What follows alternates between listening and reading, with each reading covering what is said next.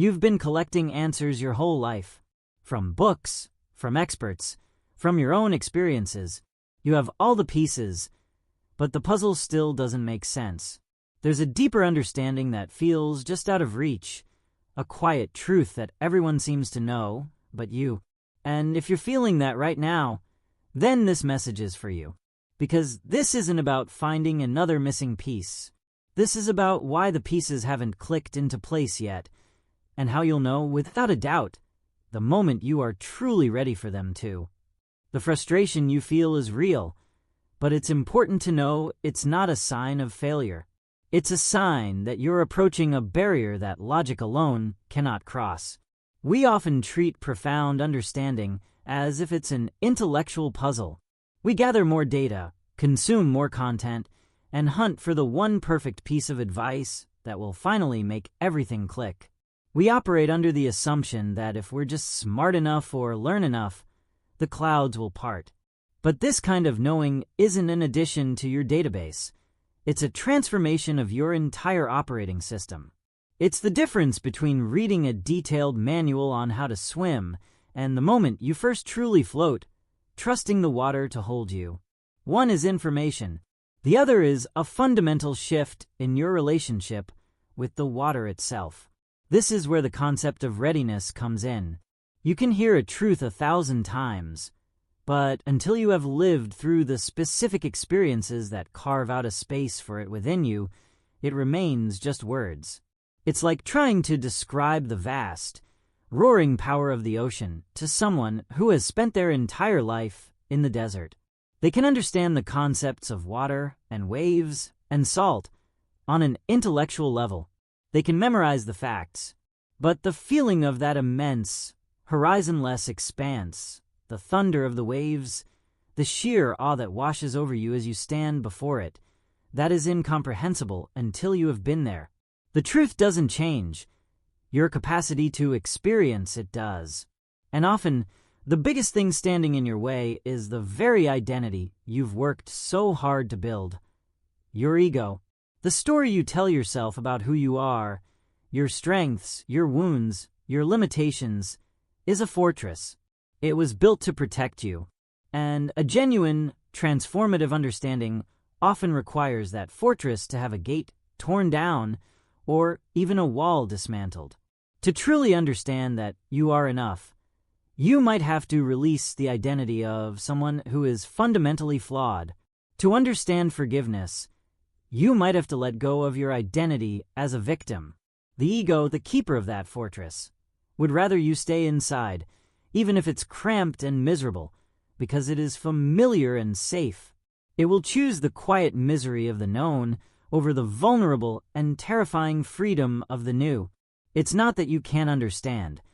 It's that a part of you is deeply afraid of what it would cost to finally see.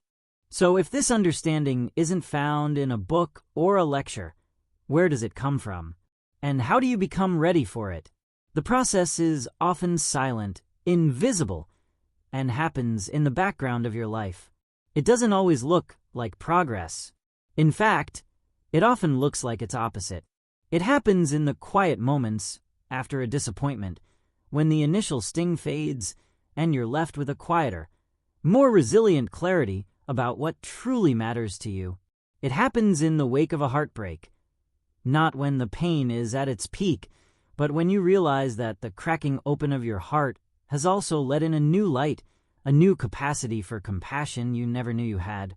It happens in that profound exhaustion where you simply have no more energy left for the facade, for the performance, for the old ways that have brought you here.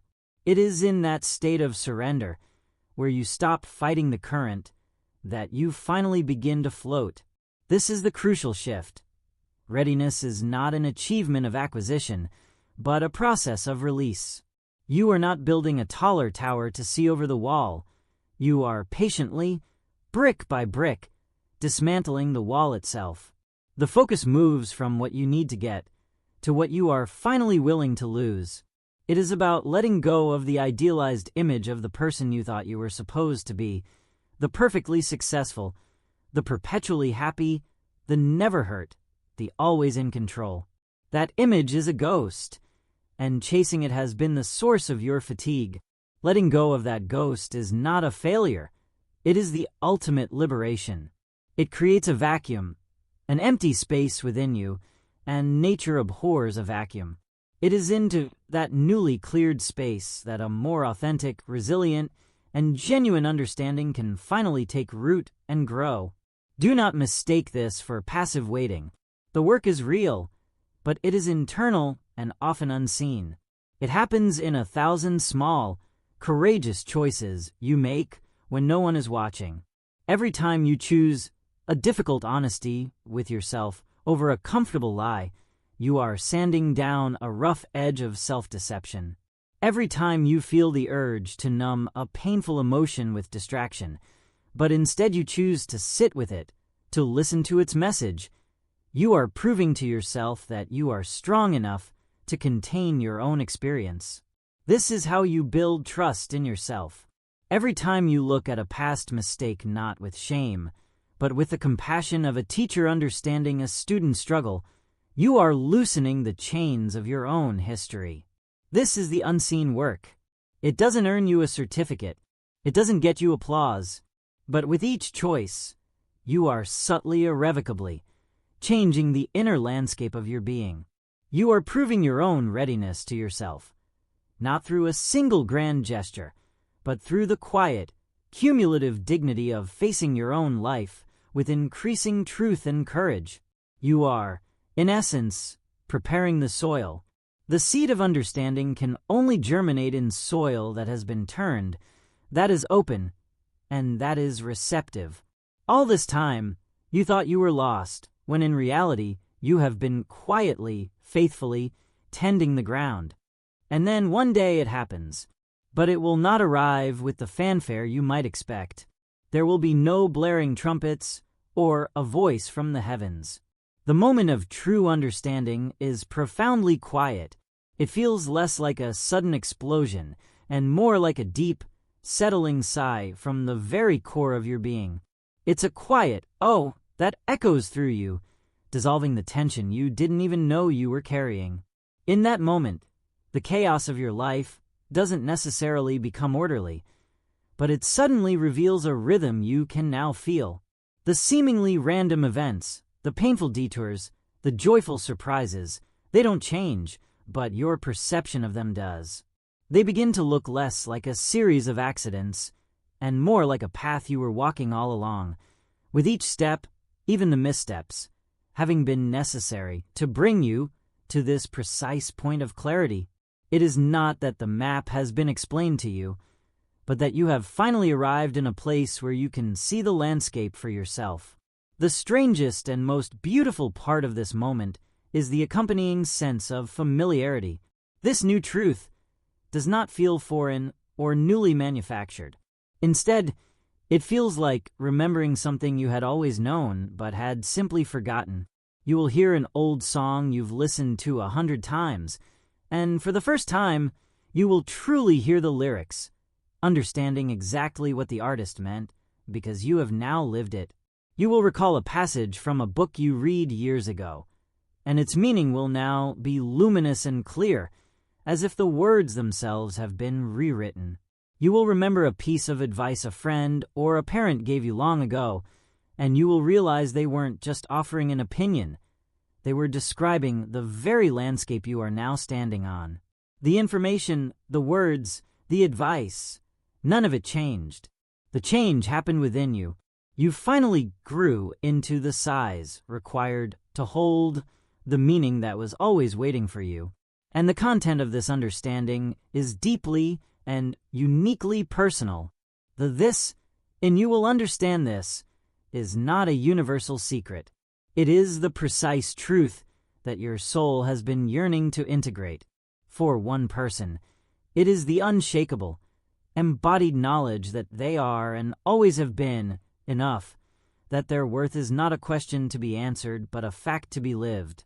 For another, it is the clear and calm realization that they need to release their grip on a person, a dream, or an old version of themselves, not with anger, but with a sorrowful and grateful peace. For someone else, It is the understanding that their purpose was never a destination to be reached on a mountaintop, but a quality of connection to be found in the ordinary moments with others. It is the key that fits only the lock of your own heart, and when it turns, there are no more questions to be asked in that particular domain. The seeking simply stops, replaced by a quiet, unshakable knowing. It is the end of a long, wearying journey, and the beginning of everything else. So, if you are listening to this now, and that final, quiet click of understanding still feels just out of reach, I want you to know something. That is perfectly okay. In fact, it is exactly how it is supposed to feel right now. This is not a sign that you are behind or that you are missing something. This is the process itself. The greatest shift you can make in this very moment is to release the pressure, to stop straining to hear a whisper from a future you while ignoring the life you are in right now. Your primary task is not to find the answer. Your task is to live the life that will transform you into the person who is ready to receive it.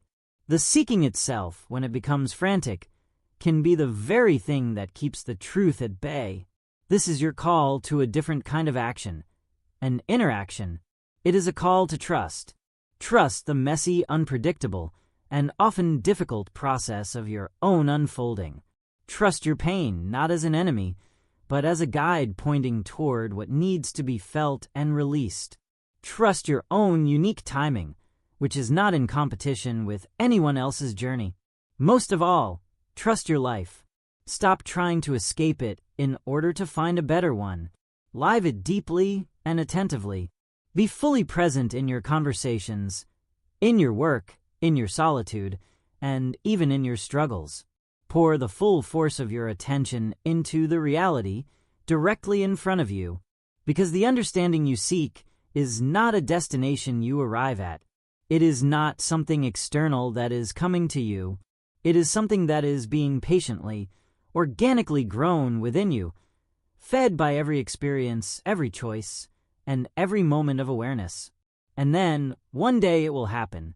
It will likely be at a time when you are not looking for it at all, when you are simply living, fully immersed in the ordinary beauty of your own existence. In that moment of quiet clarity, you might just remember this conversation. You will think back to this feeling, this specific longing you have right now, and you will smile, not because you found what you were searching for, but because you finally became the person who no longer needed to search. And in that peace, you will finally understand